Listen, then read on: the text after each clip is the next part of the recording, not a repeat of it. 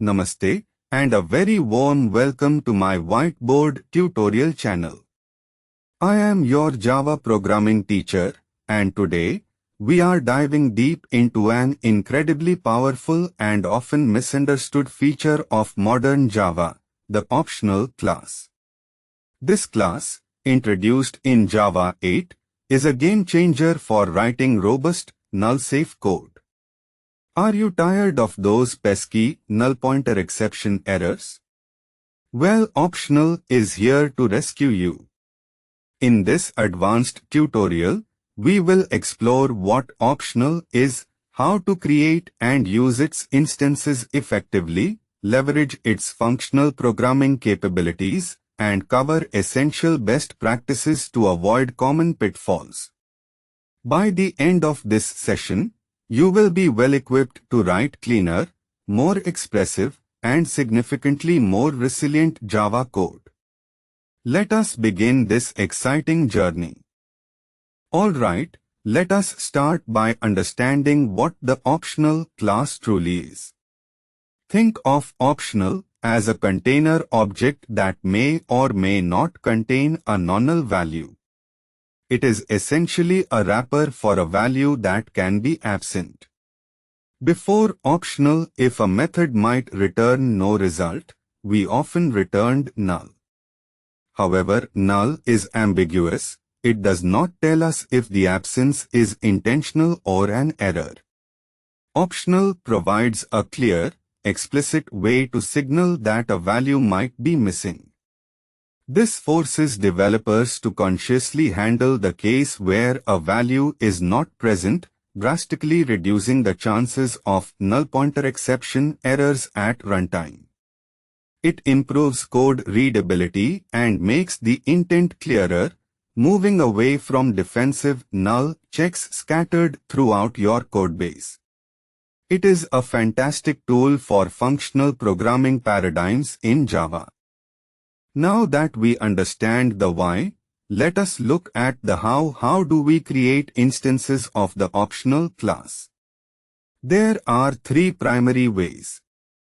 First, optional.of value creates an optional containing the specified non-null value. If you pass a null here, it will immediately throw a null pointer exception. So, use this when you are absolutely sure the value is not null. Second, optional.empty creates an empty optional instance, signifying the explicit absence of a value.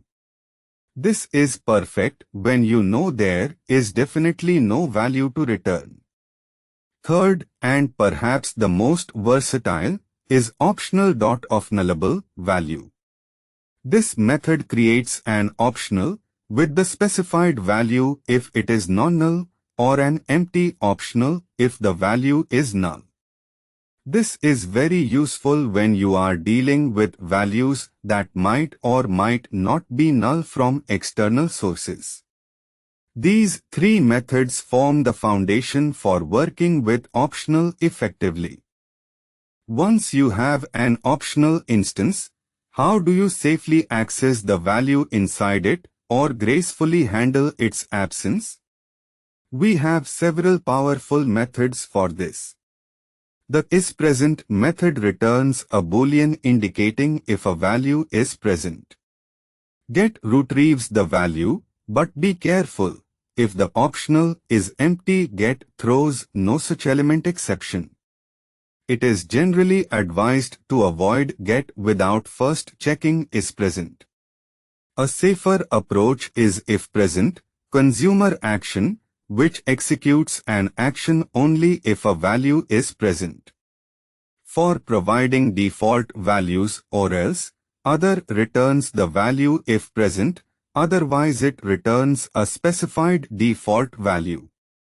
Or else get supplier other is similar but takes a supplier, making it more efficient for expensive default value calculations as it only executes the supplier if the value is absent.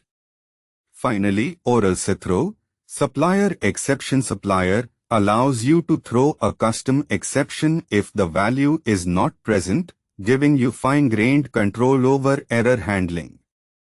One of the most powerful aspects of optional, especially in advanced Java, is its integration with functional programming constructs like map, flatMap, and filter.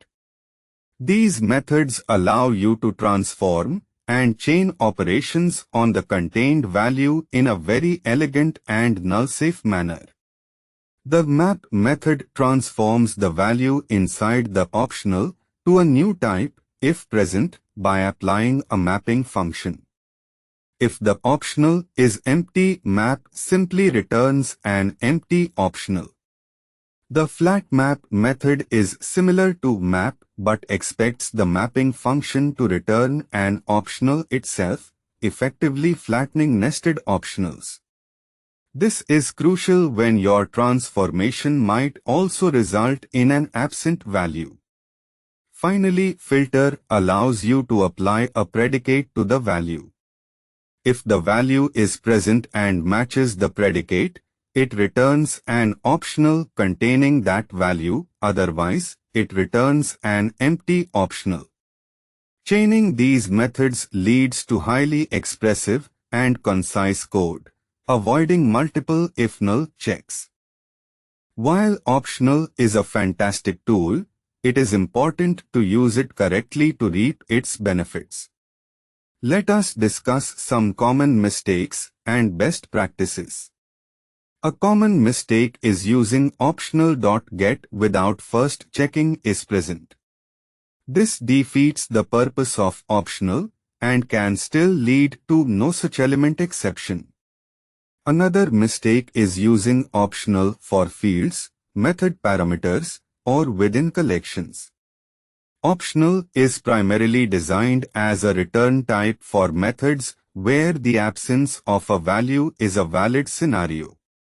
Also, avoid creating an optional of a null value using optional.of as it throws null pointer exception immediately. The best practice is to always return optional from methods where a value might legitimately be absent. Prefer or else get or else throw over is present followed by get. Embrace map, flatMap, and filter for chaining operations and transforming values. Remember, optional is not a replacement for every null check, but a tool for clearly communicating and handling optional return values.